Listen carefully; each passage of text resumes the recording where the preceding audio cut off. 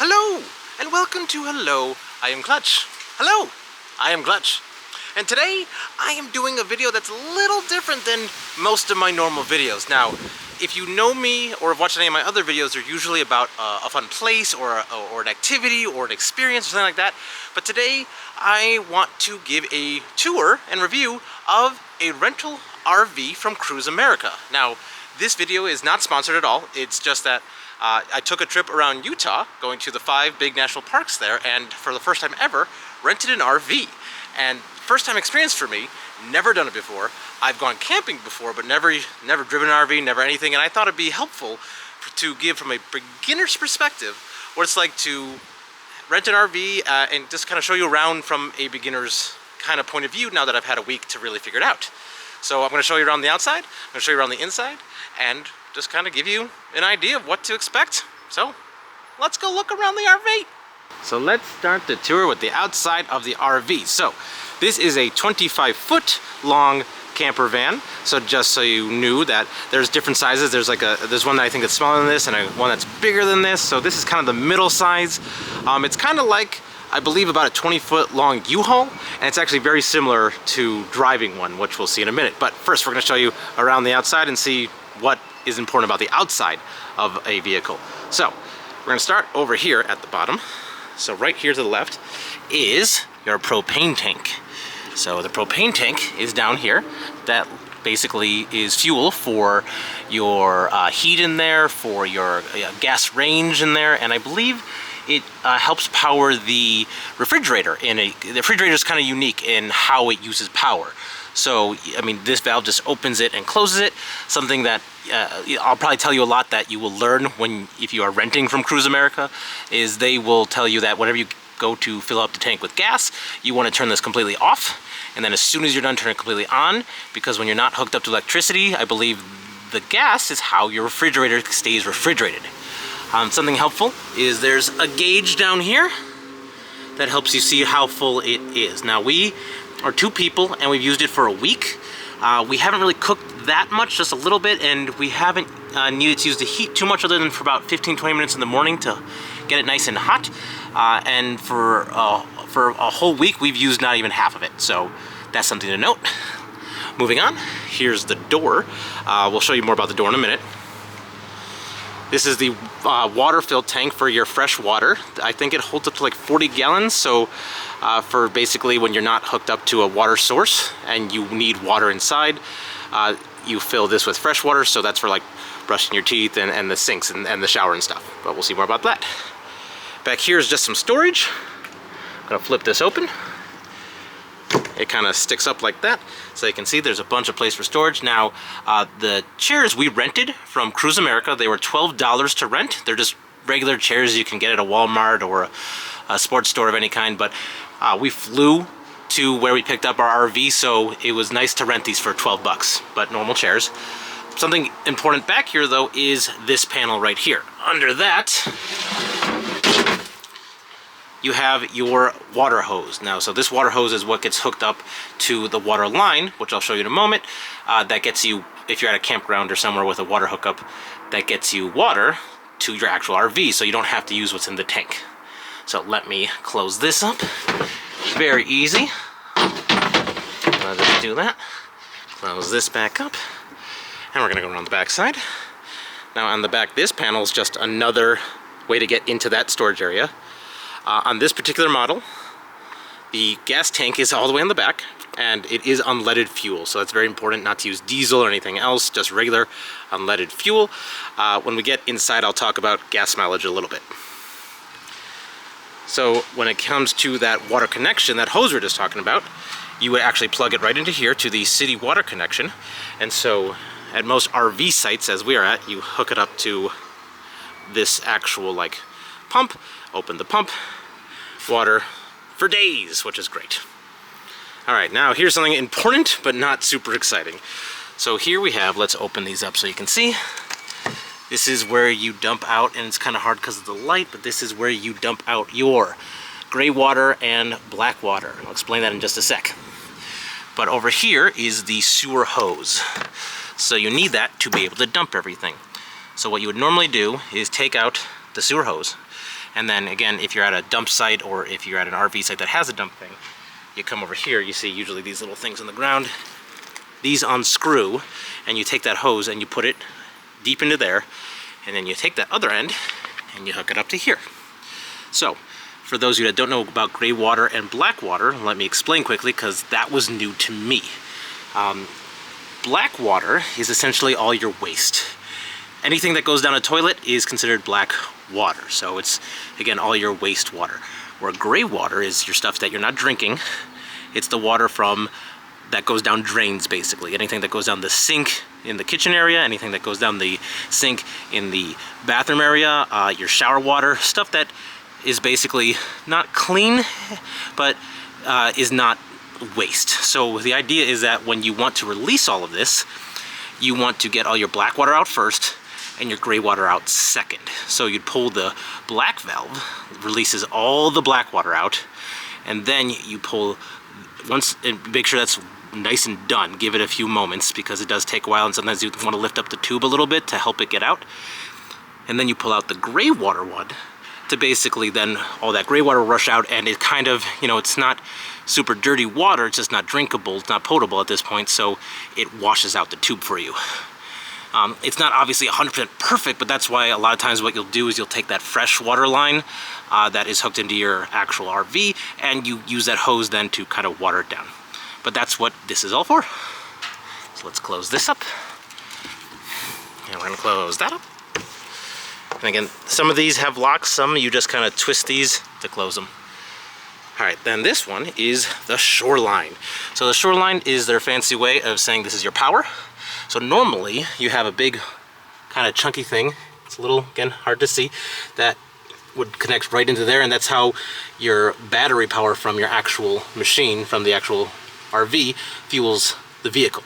But when you're at a site with power, you unplug it from the vehicle, and again, you come over here and you plug it into the proper receptacle. So there's 20 volts and 30 volts and 50 volts depending on what you need. This starts as a 30 volt machine, so you'd plug it into the one with the similar output. There is a converter should you need it, and many campsites there's also a breaker switch. You want to make sure that's off when you plug this in, and then turn the breaker on afterwards. All right. And then one last thing to talk about on the outside here is the actual generator. So let's say you're not at a campsite and you need power, you need all those things, you have a generator here. Now, I'll be honest, I did not have to use the generator at all during my trip out here, which has been fortunate. We stayed at RV campsites the whole time, which made it very easy to just plug in and get all the power. But should you ever need the actual generator, you have power here. The thing they did tell us is make sure your actual, because it runs on actual gasoline, you want to make sure that the tank in the car is over a quarter, otherwise apparently the generator will not run. Another important note with Cruise America, if you run the generator, it does cost extra. Basically you pay per hour. I can't remember exactly, I think it's about $3.25 per hour, like $3.25 USD to run this. So just something to note. You can do it anytime, but you need to make sure you have enough gas. But that's it for the outside. Actually, one other thing I'll note is the height of the vehicle. So it is pretty big and pretty boxy. It is 12 feet clearance. So you just want to make sure that anywhere you drive, it has a 12-foot clearance. But other than that, that's the outside of the vehicle. Let's go show you all the fun stuff inside of the vehicle. So first of all, I love that they have this cute little winking dog at you to just beckon you in. But here's your door. It's pretty simple. So there's two locks in here, and you'll see one is kind of like a basic simple lock and one is more of a deadbolt. I'll show the inside here in a second, but the important thing is as you open it, if you open it all the way, there is a hook here that basically goes in there to hold it in place. So then the other part of the door is the screen door. So this separates. Ooh, hold on. So actually you gotta slide this, and there's your handles. This little guy is for the screen door. That releases him. So you got a screen door here, and this kind of like is a nice little thing to keep out bugs, but then you need to slide it so you can get to this handle. But the thing I wanted to show you on the main door was the locking system. So again, there's two locks. The bottom one, This is kind of a deadbolt. You just put that down to completely lock it. And then this one you twist until it goes to the lock position to lock that for privacy. For ours, we kind of had to pull the door a little bit to get that second one in place, but it wasn't too hard. Anyway, let's go inside. So, we definitely did not clean before I decided to make this video, so you'll see what a lived in for a week RV looks like. So, a couple steps up. Let's come inside here and show you. I'm going to actually turn back towards the front to show you a couple things. So, we had the couple steps, but you got your actual, what's the word, fire extinguisher here for you. But it's hard to see. Down here is a couple switches. This switch here, the leftmost one, there's a light just outside, just up to the right, that you can turn on for outside the cabin. So, let's look at the inside. So first, 360 view here. So you have kind of a seat right here to begin with. 2 seats at the front. Again, it's very much like a U-Haul truck. It's anyone with a regular driver's license can drive this. You have your living area. This does fold down into a bed if you want to. We did not need to use that. Oh, and to mention, above here is another place for a bed. So again, we're in the 25-foot one. You can technically sleep 5 people in here, but it'd be cozy. And then we have back here kind of the kitchen area. So you have your gas top range, you have a microwave, sink, and then this is actually a refrigerator, freezer, and then the bedroom area, bathroom, and there's actually a sink over there. So that's kind of the first 360 view, but let's go to the front and talk about some of the things in the very, very front, in the driver part. So it's not anything crazy. So again, you have pretty normal driving situation here. I would say the gear shift takes a little bit of effort to get into place. For whatever reason, I could never get it directly from park to reverse. I had to go from park to drive to reverse. Don't know if that's everyone's experience, just mine. But again, it functions like a regular truck. A couple small things that I do want to mention because of my own difficulty. First of all, the lights are on the way left, and this is your actual for the windshield wipers. I kept going for this for the lights, so just wanted to say that. And then your emergency lights are this. You depress that right there, and that's what starts the emergency lights. I couldn't find it at first, so just wanted to point that out. Now, there is a display that would come up to show you the mileage and everything like that. So I'll say right now with the mileage, this 25-foot vehicle got about 50 gallons of gas in the tank. That does not last long. When we were driving, we were on a lot of highway driving since we were around Utah with the driving. We really got about, I would say, 10 miles per gallon. So it did go quick. So just something to keep in mind with that because that kind of threw us off. Now, center console, I believe we have a slightly older vehicle because I think some of the newer ones for Cruise America have like USB ports. But otherwise, a lot of great cup holders. Got 3 cup holders. Got a lot of good storage space down here. And that's really all there is to it in the front. Not too complicated. It's actually pretty comfortable. So, let's move back and look inside the rest of what we have here. Just going to talk about this spot on the right. So we have some cupboards, some space, you have a bench. All the benches do have seat belts because you are supposed to be seated at all times when you're in motion. Coming around to the actual kitchen area, again, more space up here just to show you. We kind of use it as a pantry, so there's a lot of that stuff up there. Again, nothing spectacular to point out in here, it's just there's a lot of space. You have your windows, these nicely close and then the windows open, and then again you have your kitchen space, which is just a nice space to sit. And again, this, it's hard to see it, but there's like, it's a whole folding mechanism that this whole slab would kind of fold down, and then it would be flat there, so that you can then move the mattresses like these 2 and these 2 to be able to make a whole other mattress. Couple more things I want to point out back at the front now that I'm thinking about it. Again, this is a very off-the-cuff video. So again, you can sleep another person up here. This folds out to make more of a bed. The idea, though, to get up there is you'd step on this. This has, I think, extra reinforcement. That's why the black is here. It's a little bit more grippy to help you step up. One other thing at the front for when you're sleeping or when you just want privacy, there are privacy curtains. So you can take these are Velcroed in, and they have Velcro up here. And if you look around the top, you can see we got some Velcro notches right there. And then we got another Velcro notch right there. We found it helpful to, once we put up the curtain, to then fold this down to help it stay in place. That was something that we found very helpful. Whoa! These things like to come off in a way that I don't expect them to. All right, so that's the living room and the kitchen, and the main area. So let's talk about the kitchen.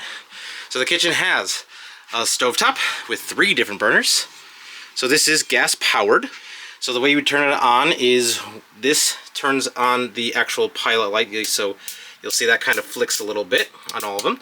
And then this is for the gas, like a normal gas range that you'd find at home or anywhere else. We did have some trouble at times lighting this, so I think it's handy if you bring a lighter with you. But it also, we found that if we turned it on and let it light and try to let go very slowly from the gas versus just turn it on and let go, that seemed to work a lot better. That seemed to keep them on. Above this, I'm gonna close that guy. Oh. Above this is your microwave. Something very important is you're not supposed to have the microwave and up here the air conditioner running at the same time. So you never want those running at the same time. Fortunately, we never needed to have them at the same time, so that was good, but just something to keep in mind. Starting this took some learning. You can just press one of the 1 through 6s to start it for 1 minute or something, but if you want to actually put it for a specific time, we found that you had to press power, so that, and then choose the power level first, and then you can type in exactly how much time you want it to do. So that's just something that was a little quirky. So like if you wanted to do 45 seconds, you had to type power and then 45, and then it would go. I don't know if there's another way to do it, but that's the way we figured out how to make it work. So, speaking of that air conditioner, so this air conditioner is up here on the top, and let me zoom around here. So we have this knob here. This is what actually turns it on. So there are many settings of low fan and high fan. It's gonna get very loud for a second, so I'm gonna turn this on. You see, that's pretty loud. The fan doesn't cool, it just blows air. So you wanna make sure you move it all the way till it says low cool. So again, you wanna make sure it says low cool. I'll get a closer look at that. There you go, low cool. And that's what actually will make it so it's air conditioning. The other element of this is you want the other knob to be this little arrow right here to be all the way blue. Otherwise it won't be cooling. So just something to keep in mind there. All right, and then here's your kitchen sink. Kitchen sink, pretty easy. It's just a kitchen sink. Ooh, ah, ooh. All right, then you have your bed in the back here. This was plenty big for 2 people, for 2 adults at least. The mattress is kind of this it's not rubber, but it's kind of like I think like a plastic mattress. So it's actually more comfortable than we expected, but it is a little bit, it gets really cold. If exposed to cold air, it gets really warm once you're in it and you're on it. Something I will note at this point is that the bedding does not come with your rental. We had to pay extra for bedding. I believe it was, I want to say $75 extra for a kind of a bedding and bathroom kit, which gave you a pillow, a sheet, it gave you the comforter, and it gave you the extra, it gave you some towels as well. So they pretty much give you nothing to begin with. Other than what's in here, so that's, you got to bring a lot of your own things. And so we brought it, we decided to rent the bedding because that was easy for us. Speaking of rental stuff, when it comes to kitchen stuff, again, they don't give you anything outright. So you can get a kitchen kit, which I believe costs us $125 to rent, but it comes with pretty much everything you need. So first of all, up here, they give you all these cups. Let's get a better view. They give you all these cups, all these plates, all these bowls. That comes with it. Under here, again, more storage. They give you a bunch of pots and pans. They give you a strainer. So a lot of your basic stuff there. Going over to this drawer, they give you these cups as well, and they give you all your cutlery that you would need. So knives, forks, spoons, and they give you both sharp knives and like butter knives. And then also in this drawer, because they put everything randomly, some more like heavy-duty tools. But again, we had to rent all this, so all of the kitchen gear was about $125. So going back to the bedroom for a sec, all this is just more storage. And then you have your bathroom area over here. So let's look at, well, the sink. Hello! Hi, Clutch. How's it going? Good. This is not as silly and funny as I usually do, but I'm having a good time doing this. Thank you for being here. I appreciate you just seeing this, because basically I'm making a video that I know other people made similar ones, but for me being a first-time owner or a first-time renter, this would have been very, very helpful to see this thorough of a thing, so I'm making this for you. Not you. You. I'm just talking to you! Anyway, moving on! Here's your sink. It's a pretty regular sink there. Under here is just a little bit of extra storage, nothing too fancy there, but this is your bathroom. So here's your bathroom with your shower. So you got it's pretty spacious for a shower. I'll be honest, because we were at RV parks, we did not ever use the actual shower at any point. But it seems pretty good. I know that I'll show you in a sec how to heat the water if you need to take a shower in here. But then you have a toilet. Pretty normal toilet. It actually was pretty comfortable, but the way it works to flush is, you can see there's a foot pedal here. And sometimes you want to keep that down for a little while if you have more waste, because the water isn't super aggressive with pushing it down. So just something to keep in mind, and when doing that, it'll help it go down. So that's most of the main area. Well, one thing here, hello again, one thing here next to the actual sink is where the heat was. So this is the thermostat for the heat. To turn on the heat, you would take this and put it all the way to the right. It basically gets it hot, and it gets it hot very quickly. It does work incredibly well. Once you do get it to the heat you want, you can move it down a little bit so it kind of maintains a lower temperature, just so you know where the heat comes from once it is on. So we turn it on here, and then right below the refrigerator, it turns on. It will blow out from there. And now that we're over here, it reminded me, I haven't shown you the refrigerator. So, let's show you what it looks like. So, refrigerator and freezer are actually quite nice and spacious. They have little latches here to make sure they don't open while you are in motion. So if I open, so you gotta push that down to open it. I'm not gonna open this long because it does take a long time to cool. Whoop. And so you can put a lot of stuff in there, but it will move around as you're driving, so just keep that in mind as to how you're doing it. You also, giving you this last shot to look, gotta close it. You don't want to overfill it, because if you overfill it, the air can't flow around as well, and so it will not cool as well. Now, something really important for us to note that we did not think about at first: when you first get the RV, it takes a while for this to start to heat up, or not heat up, but cool down and actually get in process. So we probably drove around 2-3 hours before we got groceries, and it was still kind of lukewarm-ish. It was definitely better, but it takes a while to cool. So don't expect to get your groceries immediately after you get your RV. You want to give it as much time as possible before you put cold stuff in there, since it took a while. By the second morning, because we got the RV at about 1 o'clock one day, and we really did not, after getting the groceries, open it up again till the next morning. It was completely fine. It was very cold by the next morning. But anyway, here's the freezer as well. Just want to show you. This is the freezer. It does a really good job of keeping stuff cold. There we go. All right. So, last thing we're going to show you, I think, in this place is the main panel. This is one of the more important things here. This panel helps you understand so much of what's going on.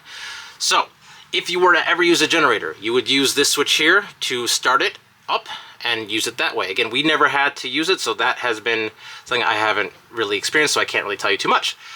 But if you want to heat your water, you want to turn this on, and it'll say if the pilot's out. Sometimes that will flip on and off a few times as it's trying to start to heat. But you turn that on, and then you want to wait probably like 10-15 minutes or so for the water to really get warm. That's good for washing dishes, that's good for the shower, things like that.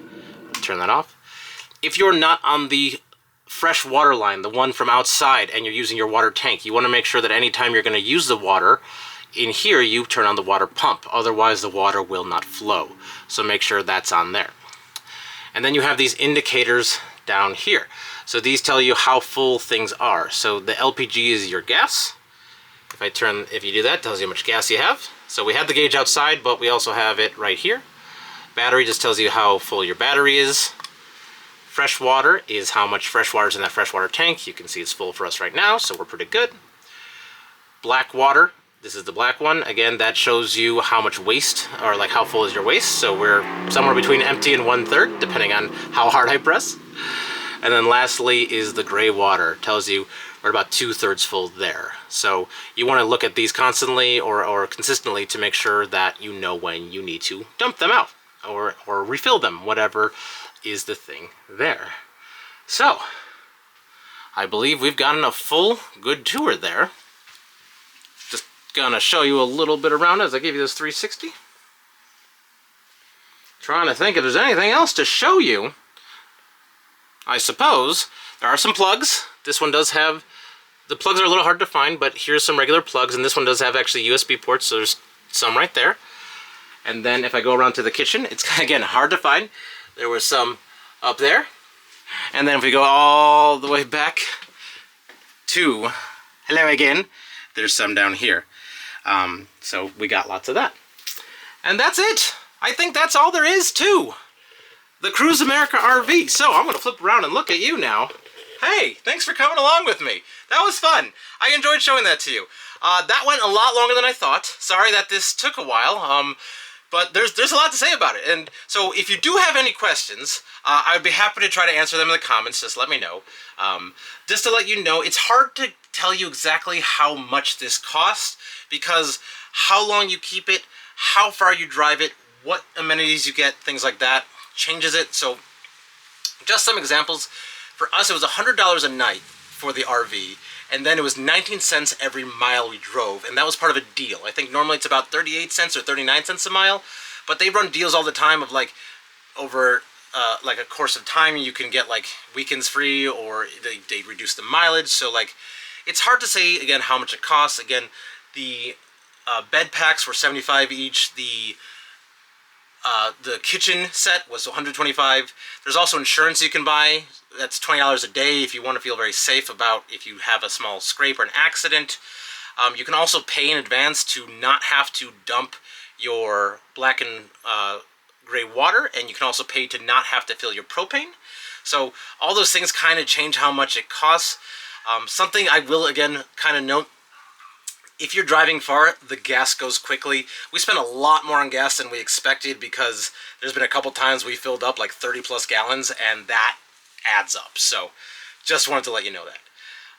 But I think that's about everything I wanted to say, everything I wanted to show you. Thank you for coming along, seeing the Cruise America RV with me.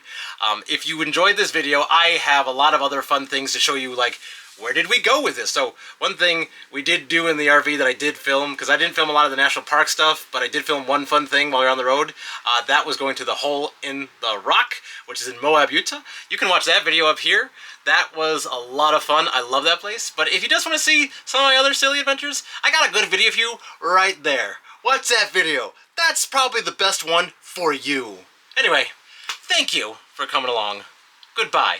I am still Clutch.